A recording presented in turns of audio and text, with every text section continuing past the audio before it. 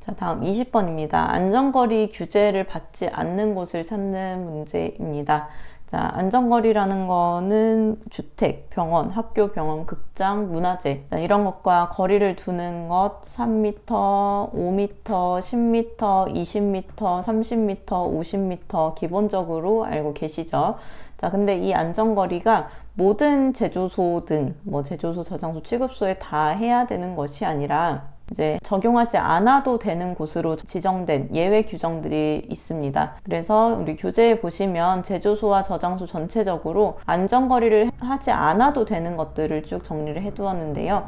예를 들어서 제조소 중에 육류위험물을 취급하는 곳은 안전거리를 적용하지 아니한다. 이런 식으로 해서 5개 탱크 저장소의 경우에는 제6류를 하는 곳에는 이제 안전거리를 두지 않아도 되고요. 옥내 저장소는 지정 수량 20배 미만의 사석유류, 동식물유류 또는 육류위험물 이런 경우에 두지 않아도 되고, 지하 탱크 저장소는 전체 다, 그리고 5개 저장소 육류위험물 취급하는 곳에 두지 않아도 됩니다. 그래서 지하 탱크 저장소는 별다른 조건 없이 안전거리에 대한 내용이 아예 없기 때문에 두지 않아도 되는 곳이라고 생각하시면 되겠습니다. 자, 21번은 분자의 입체 모양이 정사면체를 이루는 경우가 중심 원자에 비공유 전자쌍이 있는지 없는지 이것에 따라서 결정되는 부분이므로 이제 이전 회차에서 한번 풀이를 해둔 부분이 있기 때문에 이 내용은 넘어가겠습니다. 자, 답은 2번이 되는데 1, 2, 3, 4번의 전자의 개수, 체외각 전자, 제일 바깥쪽에 있는 전자만 그려가지고 그 안에 있는 전자들끼리 서로 공유 결합을 했을 때 공유가 안 되고 남는 비공유 전자쌍이 있는지 없는지에 따라서 달라지는 겁니다. 자, 1번, 3번, 4번 같은 경우에는 비공유 전자쌍이 존재를 하고, 메탄의 경우에는 비공유 전자쌍, 탄소 중에서 결합이 안 된 전자가 아예 없는 상태입니다. 그래서 2번이 정사면체를 이룬다라고 보시면 되겠습니다. 자, 22번 옥내 저장소에 위험물을 수납한 용기를 겹쳐 쌓는 경우 6m, 4m, 3m를 할 수 있는데요. 자, 6m로 저장할 수 있는 경우는 지게차나 크레인 같이 기계에 의해서 하역하는 경우는 6m까지 쌓을 수 있습니다. 1번이고요. 4m로 할 수 있는 경우는 삼석유류, 사석유류, 동식물유류를 저장하는 경우에 4m까지, 그리고 여기에 해당하지 않는 1류, 2류, 3류, 5류, 6류, 그리고 사류 위험물 중에서도 특수인화물 1석유류, 2석유류, 자, 이런 것들은 3m로 저장을 해야 합니다. 자, 그래서 3석유류는 4m가 맞죠? 근데 2석유류는 4m가 아니라 3m가 돼야 되겠죠? 그래서 답은 3번이 되겠습니다. 자, 23번은 이제 새로운 유형으로 지금 풀이한 내용 중에서 이제 일반화학 문제로 계산하는 문제 중에 좀 새롭게 나오는 부분인데요. 자, 화학 평형 상태를 계산하는 평형상수에 대한 문제입니다. 자, 화학 반응식이 기본적으로 A랑 B가 만나서 C랑 D가 된다 이렇게 표현을 합니다. 근데 반응하는 물질이 한 개면 한 개 가지고 표현을 할 수도 있고, 3개면 3개로 표현을 할 수도 있고, 여기에 들어가는 개수는 이제 상황마다 달라지겠죠. 근데 항상 이제 꼭 들어가야 하는 것은 왼쪽과 오른쪽의 원소의 개수가 맞아지도록 앞에 개수를 붙인다는 겁니다. 그래서 액체가 이렇게 반응하든 기체가 반응을 하든 왼쪽에서 오른쪽으로 또는 오른쪽에서 왼쪽으로 이렇게 반응이 일어나게 되는데, 왼쪽에서 오른쪽으로, 오른쪽에서 왼쪽으로 가는 반응이 서로의 속도가 같아지게 되면 그때 이 상태를 화학에서는 평형 상태라고 부릅니다. 아무 반응도 일어나지 않는 것처럼 보이지만 사실 양쪽으로 이동하는 속도가 서로 같기 때문에 상쇄돼서 반응이 안 일어나는 것처럼 보인다라고 해서 이제 평형이다라는 표현을 쓰는 거고요. 자, 이런 평형상수를 계산을 할 때 공식이 반응물을 분모로 그리고 생성물을 분자로 해서 계산한다는 점입니다. 예를 들어서 A가 반응하고 B가 반응한다는 거죠. 그리고 C가 반응하고 D가 반응한다는 뜻입니다. 자, 근데 A가 항상 뭐 A가 있는 만큼 반응을 하는 게 아니라 앞에 개수의 제곱만큼의 비율로 반응을 합니다. 그래서 이 앞에 있는 개수에 대한 것을 이렇게 제곱의 형태로 C는 C제곱, D는 D제곱 이런 식으로 개수를 대입했을 때 나오는 값이 평형상수가 되는데요.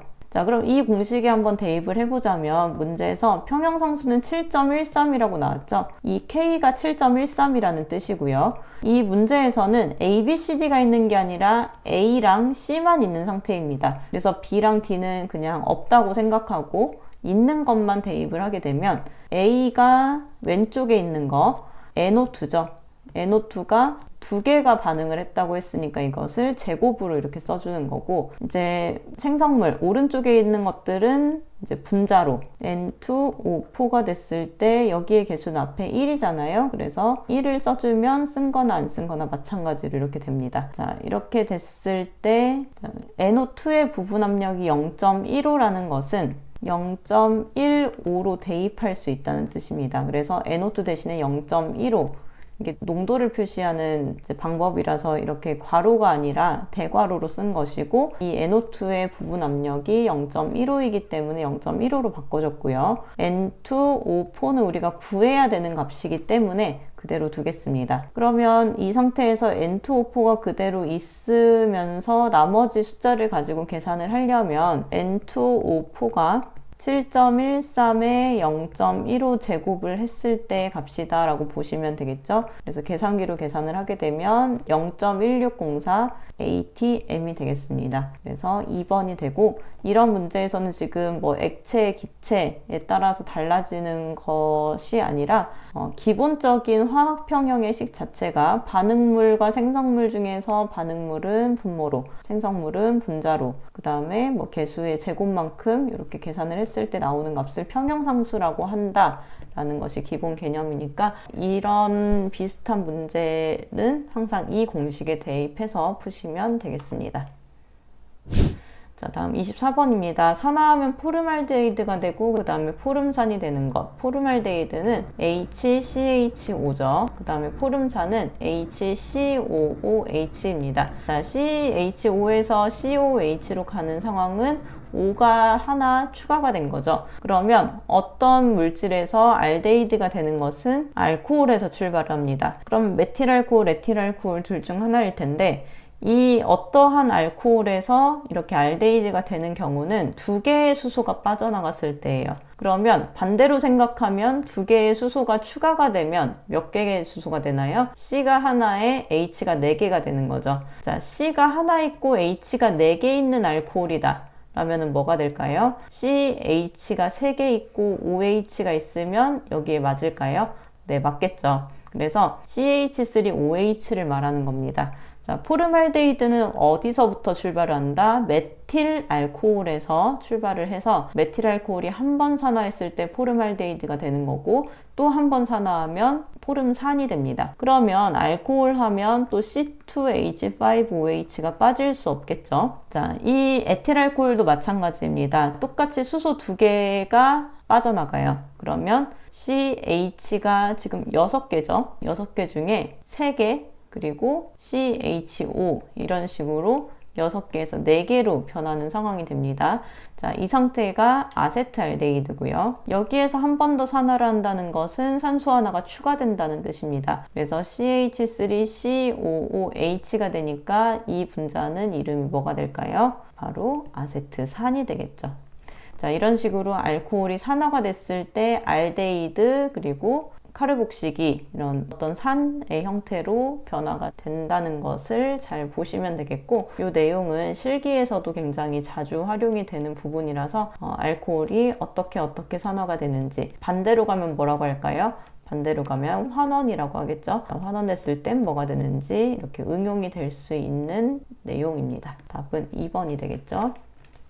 자, 다음 25번입니다. 인화성 위험물질 600리터를 간이 탱크 저장소에 저장한다. 간이 탱크 저장소의 핵심이 되는 내용은 탱크의 숫자가 3개가 넘으면 안 되고요. 동일 품질인 경우에는 2개까지만 가능합니다. 그리고 용량이 전체 600리터가 넘으면 안 되고, 탱크의 두께는 3.2mm가 되어야 합니다. 자, 그러면 인화성 위험물질 600L를 하나의 간이 탱크 저장소에 저장을 하려고 할 때 필요한 최소 탱크 개수는, 탱크 하나가 600L를 넘어서는 안 되니까 600L는 최소한 하나 안에는 다 들어갈 수 있는 양이 되겠죠. 그래서 1개가 답이 되고, 이 내용을 가지고 탱크 3개의 용량 600L 이것을 활용할 수 있는지를 보는 문제라고 보시면 되겠습니다. 자, 26번입니다. 1기압에서 인화점이 200L인 경우는 몇 석유류인가? 몇 석유류는 몇 류 위험물에서 나오는 거냐면 사류 위험물이죠. 사류 위험물을 구분하는 것, 특수인화물 1석유류, 2석유류, 3석유류, 4석유류 구분하는 기준 자체가 인화점을 기준으로 합니다. 자, 그러면 200도씨, 그러니까 특수인화물이 영하 20, 21, 20에서 70, 70에서 200, 200 이상 이렇게 됐을 때 인화점이 200도씨인 것은 몇 석유류인가 라고 했을 때 3석유류는 200도씨 미만이기 때문에 200도씨일 때는 4석유류에 해당합니다. 그래서 지금 우리 교재에 온도의 기준 간략하게 나와 있는데, 기능장 수준에서는 추가적으로 여기 문제에 나오는 40중량%라는 부분도 잘 받으셔야 합니다. 네, 여기 40중량%라는 말이 있죠. 자, 40중량%가 넘을 때 위험물이 된다. 40중량%라는 기준도 함께 같이 보셔야 되겠습니다. 온도의 기준, 퍼센트의 기준 둘 다 있습니다. 자, 27번입니다. 과산화수소에 대한 성질. 알코올 에테르에는 잘 녹지만 과산화수소가 H2O2죠. 뭐랑 비슷하게 생겼냐면 H2O랑 비슷하게 생겼어요. O가 하나 더 있고 덜 있고의 차이죠. 그러면 비슷하게 생긴 것들은 비슷하게 생긴 것들에 녹습니다. 그러니까 알코올 에테르에 녹는 게 맞고, 벤젠이나 석유는 물하고 친하지 않으니까 과산화수소에도 친하지가 않아요. 자, 농도가 66% 이상, 즉 60% 이상인 것은 충격 등에 의해서 폭발할 가능성이 높으니까 66%도 가능하고요. 분해 시 발생한 분자상의 산소는 발생기 산소보다 산화력이 강하다. 자, 산화력이 강한 것은 이렇게 2개가 있는 안정적인 상태가 아니라 1개가 있는 불안정적인 상태입니다. 그래서 산소 O2는 강하지가 않아서 3번이 이제 틀린 설명이 되겠고, 히드라진 H2O2가 히드라진 N2H4와 만나게 되면 N2 플러스 H2O로 이렇게 반응을 하면서 로켓의 원료가 될 수 있습니다. 자, 28번입니다. 오류 위험물 구분하는 것인데, 니트로 이렇게 있을 때, 니트로 화합물 아닌 거 이렇게 하면 위험물 공부를 안 한 거라고 봐야 되겠죠. 자, 니트로라고 해서 다 니트로로 볼 게 아니라 니트로 글리세린, 니트로 셀룰로스, 질산 메틸, 질산 에틸, 바로 질산 에스테르류입니다. 그래서 니트로셀룰로스, 셀룰로이드까지 질산 에스테르류가 되는 거고, 니트로벤젠은 니트로가 들어가지만 사실 사류입니다. 사류에 삼석유류 비수용성에 들어가는 거고, 그러면 니트로 화합물은 어떤 게 있었냐면 그냥 니트로가 아니라 트리니트로, 디니트로, 트리니트로 톨루엔, 트리니트로 페놀, 디니트로 톨루엔, 디니트로 페놀, 이런 것들이 니트로 화합물 200kg에 해당하는 위험물입니다. 위험물이 종류가 많고 이름이 비슷한 것들이 많아서 자칫 긴장을 놓으면 틀릴 수 있습니다. 실수하지 마시고. 29번입니다. 다음 중 삼석유류가 아닌 것. 삼석유류는 글리글리콜, 글리세린이 있고요. 3위클중아니에서 클레오소트유, 중유, 아닐린, 니트로벤젠 이런 것들이 있죠. 자, 아닐린, 니트로벤젠. 자, 니트로벤젠인데 니트로톨루에는 여기에 CH3가 하나 더 들어간 거예요. 그래서 같이 삼석유류가 되고, 벤즈알데히드는 2석유류에 해당합니다. 자, 표에 암기법으로 들어가는 위험물이 아니다 보니까 생소하실 수 있어서 2석유류라는 것, 2석유류 중에서도 수용성인 물질이라는 거 다시 한번 보시면 좋겠고요. 자, 30번입니다. 질산에 대한 설명 중 틀린 것. 질산 HNO3 몇 류 위험물이냐 하면 6류 위험물입니다. 자, 녹는 점이 영하 43도씨이기 때문에 실온에서 액체 상태로 존재하죠. 자, 녹는 점이 영하 43도씨라고 하는데 뭐 녹는점을 알고 있는 건 아니니까 일단 뭐 그럴 수도 있겠다 정도, 한 세모 정도로 놓고 일단은 넘어가겠습니다. 확실한 걸 찾아보면 분자량이 63이다. 분자량 계산할 수 있는 거죠. 자, 분자량은 1, 14, 16 곱하기 3으로 했을 때 63이 나옵니다. 지정수량 300kg라는 거 당연히 맞다고 확신할 수 있어야 되겠죠? 자, 그 다음에 B점이 178도씨이다. 자, B점이 178도씨라면 물의 온도보다 더 높은 거잖아요. 물보다 더 높은 온도에서 끓는 것은 사실 그렇게 많지 않습니다. 그래서 B점이 178도씨이다 아니고 B점이 86도씨이고 이 문제에서 확실하게 뭔가 고를 수 있는 것은 이제 명확하지는 않지만 일단 뭐 B점이 너무 높으니까 4번이라고 해야 할까요? 그래서 이 문제를 통해서 녹는 점이 영하 43도씨라서 실온에서는 액체로 존재하고 B점은 물보다 높아지기는 어렵다라고 보시면 될 것 같습니다. 항상 뭐 B점이나 인화점, 발화점 이런 온도에 대한 내용이 나오면 좀 많이 까다로워지는 것 같아요.